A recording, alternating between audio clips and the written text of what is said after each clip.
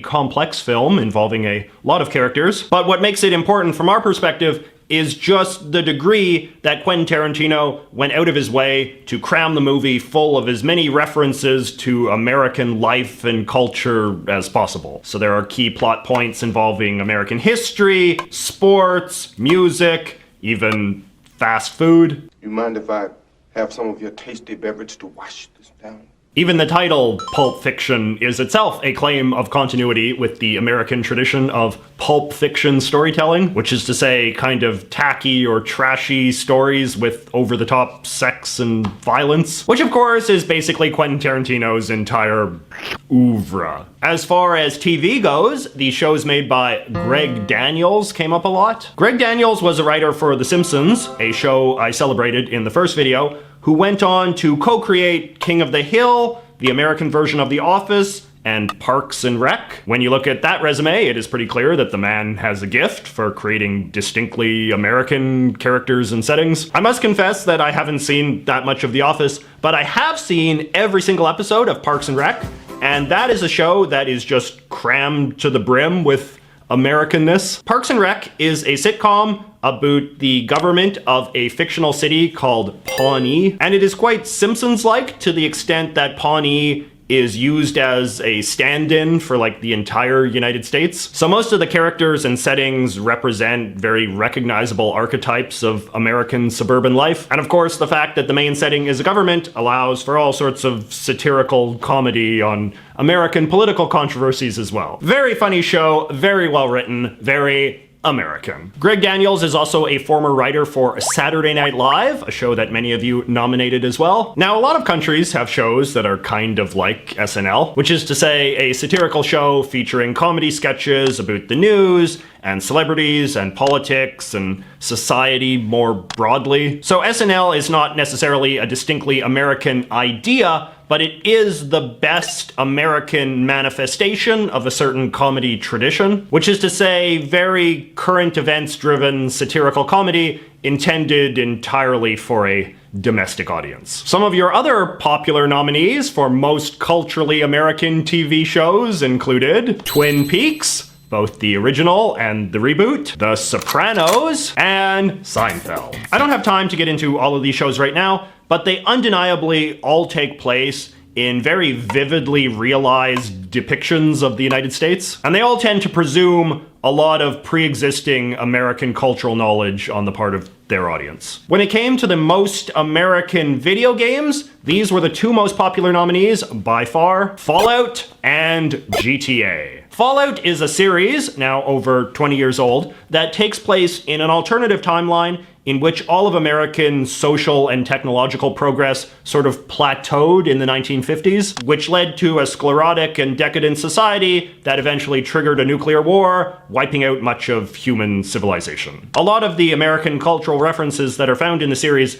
thus take the form of the scraps of this sort of warped American society that have survived the post-apocalyptic world, as well as the general social commentary surrounding the entire nuclear war theme. Now, I must confess, I have never actually played any of the Fallout games. Some of you told me last week that Fallout 2 was probably the best one as far as being an object of American culture goes, just because it apparently contained a lot more explicit American cultural references and in-jokes than the sequels, which apparently got more bogged down in kind of generic sci-fi world building. I was hoping I could give Fallout 2 a try on Steam, but no luck for us Mac users. So feel free to just argue in the comments about which Fallout game is the most identifiably American. Now, I have, however, played several of the GTA games over the years. A number of you singled out GTA 5 as the pinnacle of the series for our purposes, which makes sense since unlike Fallout, the GTA games have gotten more American, not less, with every passing sequel. So GTA 5 is an elaborate open world game that takes place in a fictional city that is supposed to be a satire on LA, but much like Springfield or Pawnee, is really more of a kind of broad satire of the entire United States itself. In fact, what is most interesting about the GTA universe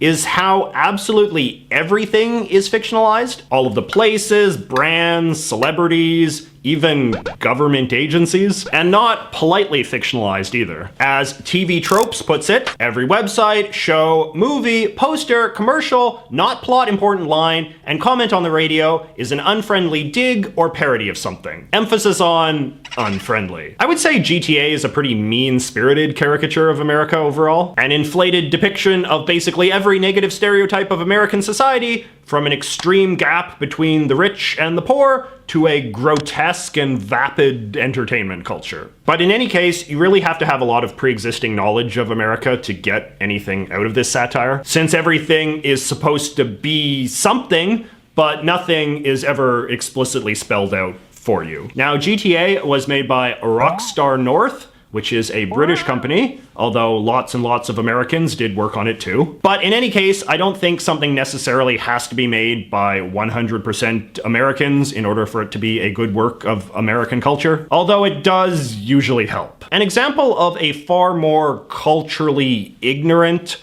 American game made by foreigners would be Earthbound, which a number of you guys mentioned in the comments. Earthbound is a Super Nintendo role-playing game released by Nintendo of Japan in 1994 and created by famed Japanese humorist Shigesato Itoi. And don't get me wrong, I think it is a wonderful game, but it has this reputation as being some sort of clever commentary on American culture that I just think is completely undeserved. Earthbound does take place in a sort of vaguely American setting, in the sense that it has high-rises and shopping malls and hamburger restaurants. But beyond that, it is only American in the most superficial and stylized way, lacking much cleverness or insight or in jokes. In fact, I would say the game is filled with missed opportunities to make references to American regional cultures or folklore or pop culture. So in other words, if almost everything in GTA is a parody, almost nothing in Earthbound is. Now, when they brought Earthbound to the US, Nintendo of America tried to aggressively market it as a piece of Americana, portraying it as like a take on cheesy alien invasion movies and like tabloid culture and stuff. But when you actually play the game, it's pretty obvious that there's not much evidence that the game was ever intended to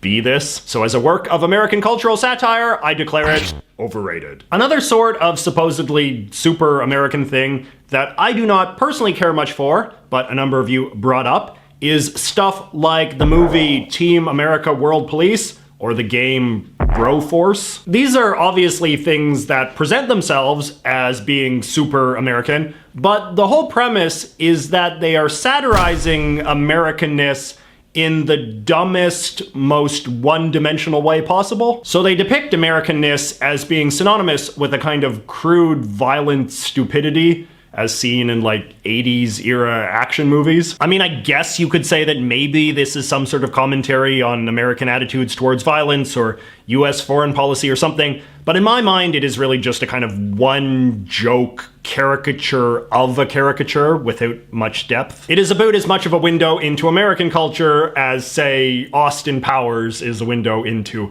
British culture. All right, so now here is another thing that a number of you recommended, which I had never previously seen, but I sure am glad that I did. Over the Garden Wall. This is a short 10-episode animated cartoon series made by a young American animator named Patrick McHale, and it is a very, very funny and charming take on American fairy tales. I don't want to spoil too much about it because I really enjoyed coming in cold, but it is a show that has a lot of fun playing with various cliches and stereotypes associated with a certain kind of American folk story in the tradition of like The Wizard of Oz or Sleepy Hollow. It is a very smartly written show with a very strong satirical edge that is nevertheless not quite as blunt as some of the other things we've been discussing. Like there was this one episode where the two main characters go to visit a school, and I was laughing so hard at this episode because it is such a perfect parody of a certain type of American children's story